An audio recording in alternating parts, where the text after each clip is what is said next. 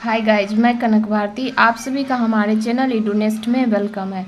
जैसा कि हम लोग जान रहे हैं, कल जो कैबिनेट से कुछ डिसीजन पारित हुआ बिहार सरकार में, उसमें एक डिसीजन है जो कि हमारे शिक्षक अभ्यर्थियों के लिए, बिहार वासियों के लिए तो ये मतलब थोड़ा निराशाजनक न्यूज़ है।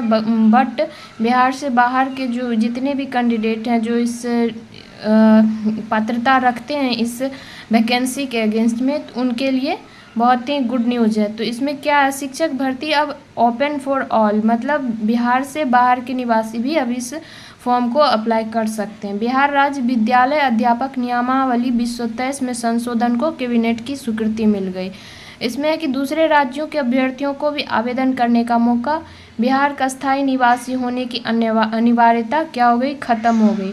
तो मतलब हुआ ये कि अब जो है बिहार के कैंडिडेट को सभी जहाँ जिस स्टेट का कैंडिडेट चाहेगा वो फॉर्म भर सकता है, तो सबके साथ कंपटीशन होगा।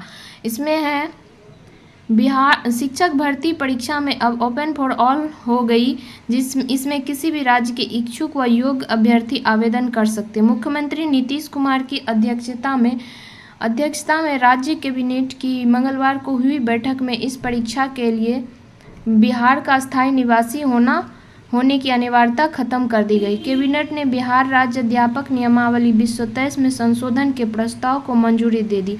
राज्य में 1,70,461 शिक्षकों की नियुक्ति के लिए आवेदन की प्रक्रिया 15 जून से शुरू है, जो 12 जुलाई तक चलेगी। नियुक्ति Bihar public service commission BPSC के माध्यम से होनी है। नियमावली में संशोधन के पीछे शिक्षा विभाग का तर्क है कि भारतीय संविधान में देश के सभी नागरिकों को समान अधिकार देने की बात है, इसीलिए नियमावली में संशोधन की आवश्यकता हुई।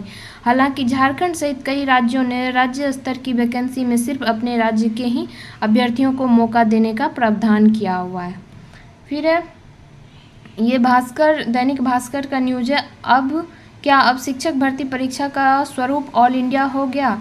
हाँ, अस्थायी निवासी की अनिवार्यता खत्म हो गई तो स्वरूप ऑल इंडिया हो गया।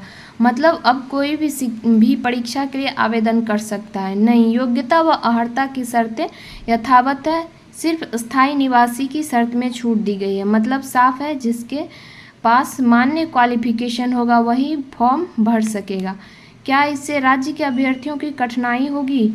कठिनाई जैसी कोई बात नहीं है। हाँ, दूसरे राज्यों के अभ्यर्थियों के शामिल होने से प्रतिस्पर्धा वो तो है ही कि कंपटीशन बढ़ गया है, कैंडिडेट ज़्यादा होगा और क्वेश्चन का जो भी लेवल है, बट अब आपको स्कोर ज़्यादा करना होगा। इसके पहले भी दूसरे राज्यों के अभ्यर्थियों को मौका मिला था। हाँ, पहले भी शिक्षक नियोजन में भी दूसरे राज्यों के अभ्यर्थियों को शिक्षक बनने का मौका दिया गया था। क्या दूसरे राज्य के अभ्यर्थियों की सेवा शर्त या दर्जा अलग होगा? नहीं, बीपीएससी की परीक्षा के आधार पर नियुक्ति होने वाले शिक्षक जिला कैडर के होंगे और राज्य कर्मी का दर्जा होगा। सरकारी कर्मियों की सभी सुविधा इन शिक्षकों को भी मिलेगी। मतलब बिहार के जो वासी हैं और जो अदर स्टेट के हैं, दोनों के लिए सेम नियम लागू होगा। शिक्षक अभ्यर्थियों में आक्रोश। तो शिक्षक संघ के नेता अमित विक्रम, दीपांकर गौरव, नीतीश पांडे का कहना है कि सरकार निर्णय वापस ले या दूसरे राज्य के लोगों को सिर्फ 10% सीटों पर ही मौका दे। तो अब इसमें अब सरकार क्या फैसला करती है, सरकार पे डिपेंड करता है। नीचे है कक्षा 9, 10 और 11, 12 के लिए गणित, विज्ञान और अंग्रेजी, संस्कृत और हिंदी जैसे भाषा विषयों में STET पेपर 1 और पेपर 2 उत्तीर्ण अभ्यर्थियों की संख्या कम है। रिक्ति के अनुसार अभ्यर्थियों की संख्या कम होने के कारण ही संशोधन करना पड़ा। मतलब जो क्वालिफिकेशन विषयों में STET पेपर 1 और पेपर 2 की संख्या कम है। बिहार में तो निकल ही नहीं रहा है STET, तो स्टूडेंट तो कम होगा ही। जो 17 में हुआ था उसका फिर से री एग्ज़ाम हुआ था 19 वाला जो एग्ज़ाम हुआ, तो स्टूडेंट कम है, इस वजह से ओपन फॉर ऑल कर दिया गया है। गाइज, अगर आप लोग को वीडियो पसंद आए तो चैनल को ज़रूर से ज़रूर लाइक शेयर एंड सब्सक्राइब कीजिए।